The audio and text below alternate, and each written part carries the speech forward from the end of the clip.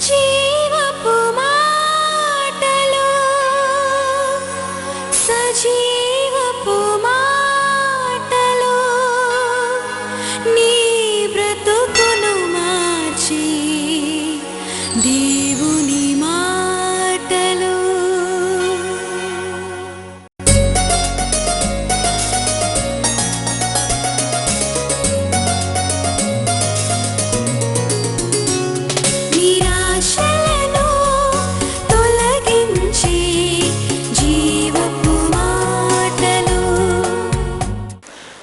హృదయ పరీక్ష అనే అంశం మీద ఈ శిలువ ధ్యానాల్లో మనము ధ్యానించాలని ప్రభు చిత్తమైంది. ఈరోజు మరి హృదయ పరీక్ష 3వ ప్రసంగంలో నీ హృదయంలో మరి దేవుని ప్రేమ ఉన్నదా? నువ్వు దేవుని ప్రేమ కలిగి ఉన్నావా? Weather your heart is filled with the love of God. చాలామంది హృదయాల్లో ప్రేమ లేదు, వారి జీవితాల్లో ప్రేమ లేదు. మనకు అర్థమైపోతుంది అట్టి వ్యక్తులను చూసినప్పుడు. వారి కుటుంబాల్లో దేవుని ప్రేమ కనబడదు, పరిచర్యలో ప్రేమ మనం చూడం, సేవలో ప్రేమ ఉండదు, మరి సంఘాల్లో ప్రేమ కరువైపోయింది. పరిశుద్ధ గ్రంథంలో ఈ మాట మరి మత్తయి సువార్త 24:12 ఉంది. అంత్య దినములలో మరి అక్రమము విస్తరించును గనుక అనేకుల ప్రేమ చల్లారిపోతుంది. అంటే మనం అంత్య దినాల్లో ఉన్నాము, ప్రేమ చల్లారిపోతుంది. చూడండి, మానవుల మరి ఎడల ప్రేమ, వారి మధ్యలో ప్రేమ మనకు కనబడడం లేదు. సిలువ ఆకారాన్ని మీరు ధ్యానించినప్పుడు భూమి మీద ఉన్న నీకు దేవునితో ఉన్న బంధం, మరి అది నిలువు కొయ్య, అడ్డుకర్ర మరి నీకు తోటి విశ్వాసికున్న బంధమై ఉన్నది. దేవునికి స్తోత్రం. యేసు ప్రభు, నువ్వు నన్ను ఎంత ప్రేమించినావు అంటే, సిలువలో ప్రభు ఏమంటాడు, ఇదో ఇంత ప్రేమించినాను, నిన్నింత ప్రేమించినాను కదా. కొన్ని పటాలు మనం ఇంత ప్రేమించినాను, లేక ఇంత ప్రేమించినాను కదా, ఇంత ప్రేమించినాను. దేవుడా ఒకసారి చూపెట్టండి, ఎంత ప్రేమించినాడు, ఇంత ప్రేమించిన. కుడికి ఎడమకు తన చేతులు చాపి, బిడ్డాన్ని నేను ఎంత ప్రేమించినాను. ప్రభు మనల్ని ఎంత ప్రేమించినాడో అలాగే మనము మరి తోటి విశ్వాసులను అలాగే ప్రేమించడానికి బదులమై ఉన్నాం. అన్యులను కూడా ప్రేమించాలి. నువ్వు ప్రేమించి వారి ఆత్మలు నశించక నువ్వు సువార్తను చెప్పాలి. మరి ఈరోజు మనం హృదయ పరీక్షలో మన హృదయాలు ప్రేమ ఉందా? మన హృదయంలో ప్రేమ కలిగి ఉన్నామా? Whether we have love in our hearts. ప్రేమ మన హృదయంలో లేకుంటే మన భక్తి జీవితం అంతా కూడా నిష్ప్రయోజనం అని. ప్రేమ లేని వాడు వ్యర్థుడు అని 1 కొరింథీ 13 చూస్తున్నాం. ఈ 1 కొరింథీ 13 ఎవరు రాసినారు అంటే పౌలు భక్తుడు, భక్త కోటికి అపోస్తలుడైన పౌలు రాసిన కొరింథీ పత్రిక. మరి 13 1 కొరింథీ 13 ప్రేమ కొరకే ఒక అధ్యాయం కేటాయింపబడి ఉంది. ఆ అధ్యాయం ఒక్కసారి చూడండి. 1 కొరింథీ 13 మరి రాసిన భక్తుడు యేసు క్రీస్తును ఎరగక మునుపు ప్రేమ లేనివాడే అంటాడు కదా. నేను పూర్వము హింసకుడను, దూషకుడను, దుర్మార్గుడను, సంఘమును పాడు చేసి హింసించి పీడించి ఈడ్చుకొని వెళ్ళిన వాడిని. అంత కఠినుడు యేసు ప్రభువును మరి రక్షకునిగా స్వీకరించిన తర్వాత జీవితం మారిపోయింది. ప్రేమ ప్రేమ ప్రేమ అంటున్నాడు. ఇంటింట తిరిగి మరి క్రైస్తవులను హింసించిన వాడు మరి యేసు ప్రభు దర్శనం అయిన తర్వాత క్రీస్తు ప్రేమతో నింపబడి ఇంటింటికి వెళ్ళి యేసు ప్రభు సువార్తను అందించినాడు. హల్లెలూయా. అంటే ఎవడైనా క్రీస్తునందున్న ఎడల వాడు నూతన సృష్టి, పాతవి గతించెను, సమస్తము కృతమే. పాత జీవితము ప్రేమ లేని జీవితం. కానీ యేసు ప్రభువును అంగీకరించిన తర్వాత నీ హృదయము ప్రేమతో నిండిపోవాలి. Your heart should be filled with the love of Jesus. Hallelujah. కనుక నువ్వు ఏ పని చేసినా దాంట్లో ప్రేమ ఇమిడి ఉండాలి. ఆ ప్రేమ లేకుంటే మరి అది వ్యర్థమని 1 కొరింథీ 13 చూస్తున్నాము. 2 ప్రవచించు కృపావరము కలిగి మర్మములన్నీ జ్ఞానవంతయు ఎరిగిన వాడనైనను, కొండలను పెకలింపగల పరిపూర్ణ విశ్వాసము గలవాడనైనను, ప్రేమ లేని వాడనైతే నేను వ్యర్థుడను. Useless if you don't have love of God. అందుకే ఈరోజు వర్తమానాన్ని విన్న తర్వాత ప్రతిదినమును ప్రార్థించాలి. దేవా, పరిశుద్ధాత్మ ద్వారా నా హృదయంలో నీ ప్రేమను కుమ్మరించు ప్రభువా, కుమ్మరించు ప్రభువా. ప్రేమ నా హృదయంలో ఉండాలి. ప్రేమ లేకుంటే నేను వ్యర్థుడను. మొదటి వచనం కూడా, మనుషుల భాషలతోనూ దేవదూతల భాషలతోనూ నేను మాట్లాడినను, ప్రేమ లేని వాడనైతే మ్రోగెడు కంచును గణగణలనాడు తాళమునయ్యుందును. ప్రవచించు కృపావరం కలిగి మర్మములన్నీ జ్ఞానమంతి ఎరిగిన వాడనైనను, కొండలను పెకలింపగల శక్తి గల వాడనైనను, నేను ప్రేమ లేని వాడనైతే వ్యర్థుడను. చాలామంది భాషావరం అడుగుతారు, భాషలు ఉంటేనే పరిశుద్ధాత్మ అంటారు. అది నేను నమ్మను. భాషలు అంటే దేవునితో మాట్లాడుతున్నావు అంతే. నువ్వు భాషలు వేల కొలది భాషల్లో మాట్లాడినా నీ హృదయంలో ప్రేమ లేకుంటే వ్యర్థం. అందుకే నువ్వు ఏం అడగాలి? ప్రేమను అడగాలి. దేవునికి స్తోత్రం. విశ్వాసం కొండలను పెకలింపగల శక్తి నీకున్నా ప్రేమ లేకుంటే వ్యర్థం. కాబట్టి మొట్టమొదటి నువ్వేం అడగాలి? ప్రేమను అడగాలి. ఇక్కడ ప్రేమ లేకుంటే వ్యర్థం. 3వ వచనం చూడండి, బీదల పోషణ కొరకు నా ఆస్తి అంతా ఇచ్చినను, కాల్చబడుటకు నా శరీరము అప్పగించినను, ప్రేమ లేని వాడనైతే నాకు ప్రయోజనం ఏమీ లేదు. యూజ్లెస్ అన్నమాట. అంటే చాలామంది దానం ధర్మం చాలా చేస్తారు, కానీ ఎందుకు చేస్తున్నారు అంటే ప్రేమ లేక చేస్తున్నారు. కాబట్టి వారు చేసే దాన ధర్మ కార్యాలన్నీ కూడా వ్యర్థం. నువ్వే మంచి పని చేసినా దాంట్లో దేవుని ప్రేమ మిళితమై ఉండాలి. Your intention should be projecting the love of God. చాలామంది చూడండి, గుడి గోపురాలకు ఇస్తూ ఉంటారు, కానీ వారి పేర్లు కావాలంటారు. ఒక పంక ఇస్తే పంక మీద మా పేరు ఉండాలంటారు. ఆ పంక కిందే వచ్చి కూర్చుంటారు వాళ్ళు, అది మా పంక అంటారు. అలాంటిది దేవునికి ఇష్టం కాదు. నీవు మరి దేవుని గణపరిచే రీతిగా ఉండాలి నీ కార్యాలు. బీదల పోషణ కొరకు తన ఆస్తి అంతా ఇస్తున్నాడు, కానీ లాభం లేదు. ఎందుకంటే మంచి ఉద్దేశంతో ఇవ్వడం లేదు, తన పేరు కొరకు ఇస్తున్నాడు. కాబట్టి దానివల్ల ప్రయోజనం ఏమి కూడా లేదు. కాల్చబడటకు తన శరీరం అప్పగించిన, ఒకవేళ దాంట్లో ప్రేమ లేకుంటే వ్యర్థము అని వాక్యంలో చూస్తున్నాం. ఇక్కడ మీరు 13వ అధ్యాయం చదివినప్పుడు ప్రేమ యొక్క గుణాలన్నీ కూడా చాలా అద్భుతంగా ఉంది. ప్రేమ దీర్ఘకాలము సహించును, దయ చూపించును, ప్రేమ మత్సరపడదు, ప్రేమ డంబముగా ప్రవర్తించదు, ఉప్పొంగదు, అమర్యాదగా నడవదు, స్వప్రయోజనమును విచారించుకొనదు, త్వరగా కోపపడదు, అపకారమును మనసులో ఉంచుకొనదు, అన్నిటినీ తాళుకొనును, అన్నిటినీ నమ్మును, అన్నిటినీ నిరీక్షించును, అన్నిటినీ ఓర్చును. ఎంత బాగుంది కదా! చప్పట్లు కొట్టి ఒకసారి దేవస్తుంది. హల్లెలూయా. ప్రేమ శిలువ ధ్యానంలో మనం ప్రేమ కావాలి. శిలువ ధ్యానం అంటేనే క్రీస్తు ప్రేమను ధ్యానించడానికి నువ్వు వచ్చావు. ఆ క్రీస్తు ప్రేమ నీ హృదయంలో నిండుగా ఉండాలని నువ్వు ఆశించి ప్రార్థన చేయాలి. ఇంకో వచ్చిన ప్రేమ శాశ్వత కాలం ఉండను. వాట్ ఈజ్ ఇటర్నలీ ఫౌండ్ అంటే నువ్వు ప్రేమ శాశ్వత కాలం ఉంటుంది. ఇవన్నీ గతించిపోతుందంట. ప్రవచనములైన నిరర్థకం అయిపోతుంది, జ్ఞానమైన నిరర్థకం అవుతుంది. మనుషులు దేవదూతల భాషల్లో మరి మాట్లాడినా అవి కూడా నిలిచిపోతాయంట, కానీ ప్రేమ శాశ్వత కాలం ఉంటుందని. చివరి వచనం చూడండి, 13వ వచనం. కాగా విశ్వాసము, నిరీక్షణ, ప్రేమ ఈ మూడు నిలుచును, వీటిలో శ్రేష్టమైనది ప్రేమ. హల్లెలూయా. చేతులెత్తి హల్లెలూయా చెప్పండి.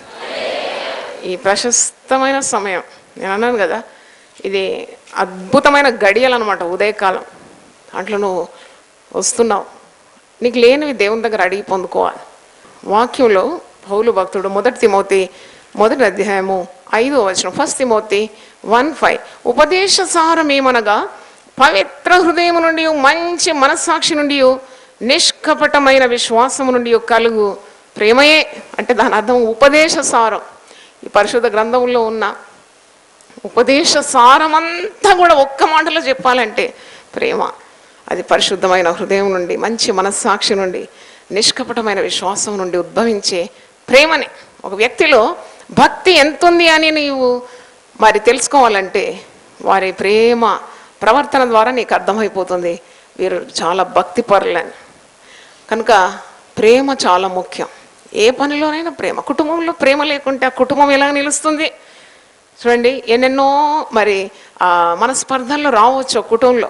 వెంటనే దాన్ని క్షమించి ప్రేమించి చక్కగా కుటుంబాన్ని కట్టుకుంటూ వెళ్తారు దేవుని భయం ఉన్నవారు, దేవుని శక్తి కలిగిన వారు. కానీ మరి ప్రేమ లేకుంటే వెంటనే జగడములు, కలహములు, కయ్యాలు, మరి విడిపోవడం, ఇవన్నీ కూడా జరుగుతుంది.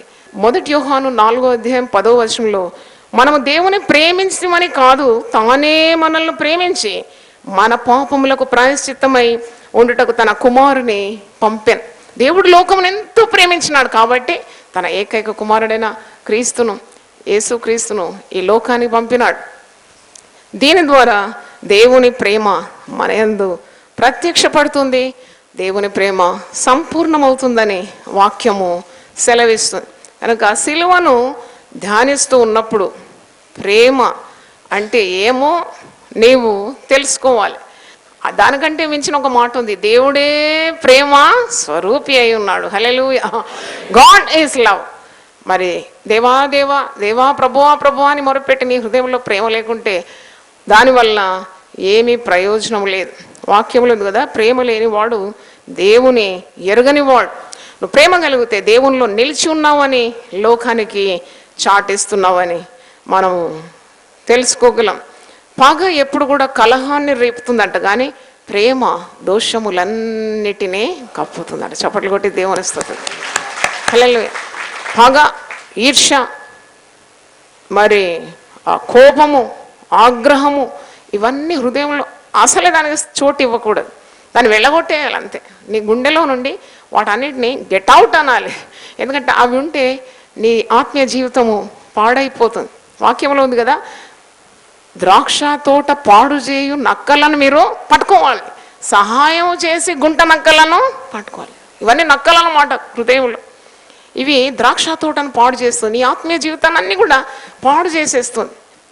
వాక్యంలో మనము మరి ఎఫెసీయులకు రాసిన పత్రిక 4వ అధ్యాయము 20 నుండి 22 వచనాల్లో ఈ మాట ఉంది, సమస్తమైన ద్వేషము, కోపము, క్రోధము, అల్లరి, దూషణ, సకలమైన దుష్టత్వాన్ని నువ్వు విసర్జించాలి. నీలో ఉండొద్దు. అవన్నీ చేదనమాట, విషయం అనమాట. నీ యొక్క శరీరాన్ని పాడు చేస్తుంది, నీ ఆత్మీయ జీవితాన్ని పాడు చేస్తుంది, నీ ప్రాణానికి కూడా నెమ్మది ఉండదు, నీకు దేవునికి కూడా మరి సరి అయిన బంధం ఉండకుండా నీ ఆత్మీయ జీవితాన్ని భ్రష్టత్వంలోకి నెట్టివేస్తుంది. కాబట్టి వీటన్నిటిని విసర్జించాలి. దేవా నాకు ప్రేమ దయచే. చూడండి, ఒక కుటుంబంలో భార్యాభర్తలు ప్రేమ కలిగి ఉంటే ఎంత బాగుంటుంది. మరి పిల్లలు, తల్లిదండ్రులు ప్రేమ కలిగి ఉంటే ఎంత బాగుంటుంది. అత్త కోడలు ప్రేమ కలిగి ఉంటే ఎంత బాగుంటుంది. కానీ అవి అంత్య దినాల్లో చాలా కరువైపోతుందని వాక్యంలో మనం చూస్తున్నాం. ఒక్కసారి ఆ మాట మీకు జ్ఞాపకం చేయాలి. మీరు 2వ తిమోతి 3వ అధ్యాయము కొన్ని వచనాలు మనం చూద్దాం. అంత్య దినములలో అపాయకరమైన కాలములు వచ్చునని తెలుసుకోను. అంత్య దినాల్లో భయంకరమైన షార్టేజ్ అనమాట. దేనికి షార్టేజ్? ప్రేమ కరువైపోతుంది. మీరు టీవీలలో చూస్తున్నారు, వార్తల్లో చూస్తున్నారు. ప్రేమ పేరుతో ఎన్ని హత్యలు జరుగుతున్నాయి. అది ప్రేమనేనా? ప్రేమ పేరుతో ఎన్ని ఉన్మాదాలు జరుగుతుంది. ఆత్మదేవుడు బయలుపరిచినాడు, అంత్య దినాల్లో ఇలాంటి అపాయకరమైన రోజులు వచ్చేస్తాయి. ప్రేమ కరువైపోతుంది. చూడండి, ఎలాగనగా మనుషులు స్వార్థ ప్రియులు, ధనాపేక్ష గలవారు. స్వార్థం అండి, ఎక్కడ చూసినా ప్రేమ లేదు. ఏముంది? స్వార్థం, సెల్ఫిష్ అన్నమాట. వారు బాగుండాలి, వారు పైకి రావాలి, వారికే రావాలి, అంత వారికి స్వార్థ ప్రియులు అంట. కానీ యేసు ప్రభు ప్రేమలో స్వార్థము లేదు. తన కొరకు ఏముంచుకున్నాడని బల్లెముతో ఆ సైనికుడు పక్కలో పొడిచినప్పుడు రక్తంతో సహా ఏమొచ్చిందట? నీళ్లు కూడా గారిందట. అంటే ఇక రక్తము మిగిలి లేదు, దేహమంతా మరి రక్తం కారిపోయింది. ఇక దేహంలో రక్తం మిగిలి లేదు. తన కొరకు ఏమీ ఉంచుకోలేదు, నీళ్లతో సహా వచ్చిందంటే దాని గుర్తు చివరి బొట్టు వరకు మన కొరకు ఆయన సిలువలో తన రక్తాన్ని ఏం చేసినాడు? కార్చేసినాడు. ఒకసారి చేతులెత్తి హల్లెలూయా చెప్పండి. ఆయన ఏమి ఉంచుకోలేదు. ఆయన నీకు అన్ని అనుగ్రహిస్తానన్నాడు. నా పేరట మీరు నన్నేమి అడిగినా నేను దాన్ని చేస్తానన్నాడు. ఎంత గొప్ప దేవుడు అండి, ఎంత గొప్ప ప్రభువును మనం కలిగి ఉన్నాం. కనుక ఆ ప్రభు ప్రేమ నువ్వు కలిగి ఉండాలి. నేను 2వ తిమోతి 3వ అధ్యాయం చదువుతున్నాను. దూషకులు, తల్లిదండ్రులకు అవిధేయులు, కృతజ్ఞత లేనివారు, అపవిత్రులు, అనురాగరహితులు అంటే వారి హృదయంలో అనురాగమే లేదు, ప్రేమ లేదన్నమాట. ప్రేమ లేనివారు, అతి ద్వేషులు, అపవాదకులు, అజితేంద్రియులు, క్రూరులు. క్రూరత్వం చూడండి, ఎంత భయంకరమైన నేరాలు, ఘోరాలు జరుగుతూ ఉన్నాయి. కన్న కుమారుడే పిల్లలను కడతేర్చడం, భార్యనే భర్తను చంపడం, ఎంత భయంకరం. క్రూరత్వం పెరిగిపోతుందన్నమాట. క్రూరులు, అతిద్వేషులు, అపవాదకులు, అజితేంద్రియులు, క్రూరులు, సజ్జన ద్వేషులు, ద్రోహులు, మూర్ఖులు, గర్వాంధులు, దేవుని కంటే సుఖానుభవం ఎక్కువగా ప్రేమించు. ఇలాంటి వారు మనకు కనబడుతున్నారు. దీంట్లో వింతేమీ లేదు. మనం చివరి రోజుల్లో ఉన్నాం కాబట్టి అత్యవసరం ఏదంటే దేవుని ప్రేమ నీ హృదయంలో నిండుగా ఉండాలని నువ్వు ప్రార్థన చేయాలి. దేవా, ఇంత భయంకరమైన దినాల్లో నేను ఉన్నాను, నా చుట్టూన్న వారు ఇలాగున్నారు, కాబట్టి నీ ప్రేమను నీ లోకానికి చాటించాలి, నా హృదయము నీ ప్రేమతో నింపుమని ప్రార్థన చేయాలి. 5వ వచనంలో ఉంది, వీరు పైకి భక్తి గల వారి వలె ఉండి దాని శక్తిని ఆశ్రయించని వారై ఉందరు, ఇట్టి వారికి నువ్వు విముఖుడవై ఉండుమని తిమోతిని పౌలు భక్తుడు హెచ్చరిస్తున్నాడు. ప్రేమ కలిగి ఉండాలి. ధర్మశాస్త్రంలో మనం చూసినప్పుడు 10 ఆజ్ఞల్లో దేవుని ప్రేమించాలని ఒక ముఖ్యమైన ఆజ్ఞ ఉంది. నిన్ను వలె నీ పొరుగువాన్ని ప్రేమించాలని మరి ఒక ఆజ్ఞ ఉంది.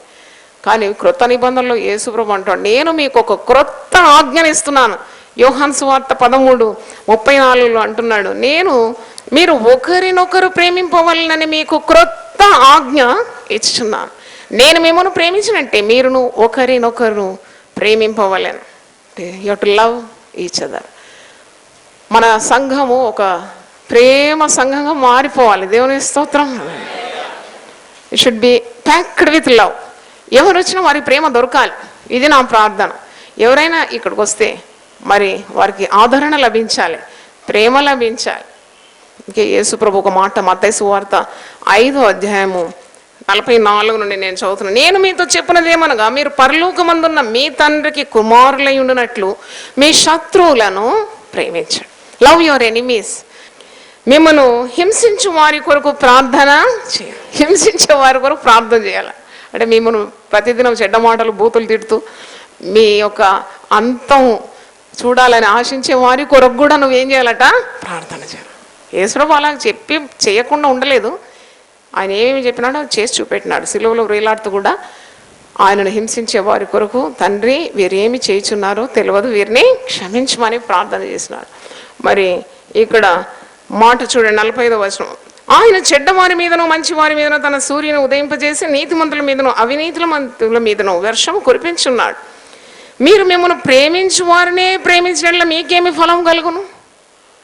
ఎవరు నిన్ను ప్రేమిస్తున్నారో వారిని నువ్వు ప్రేమిస్తున్నావు. దాంట్లో గొప్పతనం ఏమున్నది? నిన్ను ద్వేషించు వారిని ప్రేమించాలి. There lies the greatness, there lies the mind of Jesus. నిన్ను ద్వేషించే వారిని ప్రేమించేది అదే పరిశుద్ధాత్మ శక్తి. హల్లెలూయా. ప్రేమించే వారికి ప్రేమిస్తున్నావు, నీకు పలహారాలు పంపిన వారికి తిరిగి నువ్వు అదే ట్రేలో ఇంకో పలహారాలు పంపితే లాభం ఏం లేదు. నీకు నమస్కారం చేసిన వారికి నువ్వు తిరిగి నమస్కారం చేస్తున్నావు. నేను ఒక సహోదరిని అడిగినాను, ఏంటి అంత సీరియస్గా ఉన్నావు, ఎవరిని చూసినా విష్ చేయడం లేదు. నాకు చాలా మనసులో చాలా బాధ ఉందండి, ఎవరిని చూసినా నాకు ఇష్టం అవుతలేదు, నేను ఎవరికి ప్రైజ్ ది లార్డ్ చెప్పాను. అయ్యో దేవా అంటే యేసు ప్రభు బిడ్డనే కానీ హృదయము ద్వేషంతో నిండిపోయిందన్నమాట. అది ఆమెకే కీడు. వ్యసనం ఎప్పుడు కూడా నీ దేహాన్ని పాడు చేస్తుంది. వ్యసన పడకము, అది కీడుకు కారణం. వ్యసనం తొలగించుకోవాలి, ద్వేషం తొలగించుకోవాలి, ఈర్ష్య తొలగించుకోవాలి, విసర్జించాలని మాటి మాటికి వాక్యంలో శుద్ధ హృదయం కావాలి. దావీదేమని ప్రార్థిస్తాడు, దేవా నా యందు శుద్ధ హృదయము కలగజే, క్లీన్ కాన్షియన్స్. ఆ నిర్దోషమైన మనస్సాక్షిలో దేవుని ప్రేమ నింపుమని నువ్వు ప్రార్థించాలి. శత్రువుల కొరకు ప్రార్థన, హింసించే వారి కొరకు ప్రార్థన. మరి ప్రేమించే వారిని ప్రేమించడం కాదు కానీ ద్వేషించే వారిని కూడా ప్రేమించడానికి ఉన్న శక్తి. మరి ఒక మాట 47వ వచనంలో ప్రభు అంటున్నాడు, మీ సహోదరులకు మాత్రం వందనం చేసినట్లు మీరు ఎక్కువ చేయుచున్నదేమి?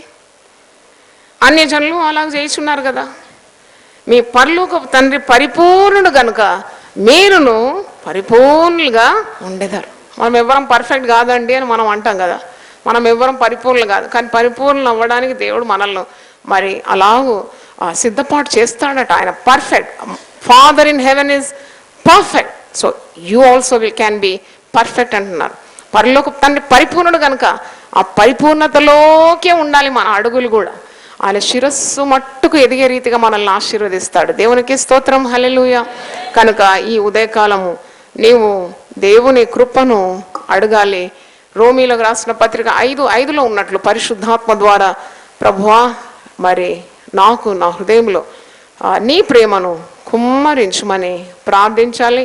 ప్రేమలో వేరుపారి, క్రీస్తు ప్రేమలో మీరు వేరుపారి స్థిరులై ఉండాలని ఎఫెసీయులకు రాసిన పత్రిక 3వ అధ్యాయం 18వ వచనంలో చూస్తున్నాము.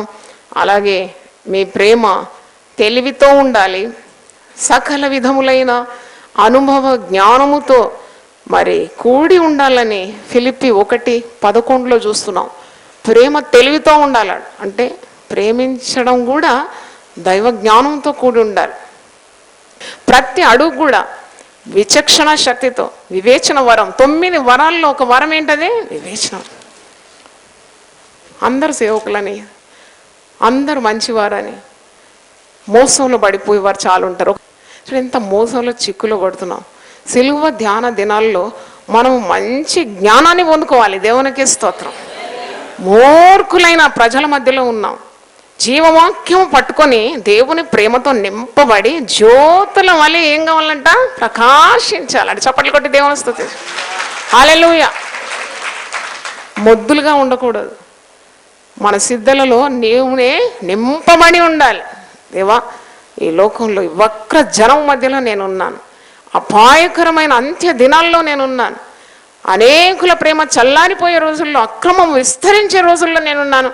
నీ ప్రేమతో నా హృదయాన్ని నింపి మరి చీకటిలో ఉన్న ప్రజలకు వెలుగ్గా నన్ను వాడుకోమని ప్రార్థన చేయాలి. దేవునికి స్తోత్రం. హల్లెలూయా.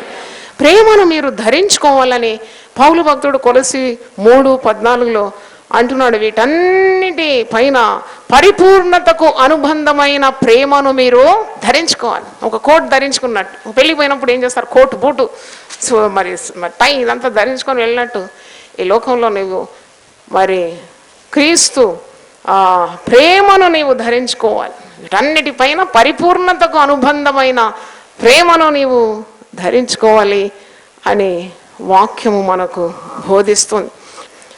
1 యోహాను 4వ అధ్యాయము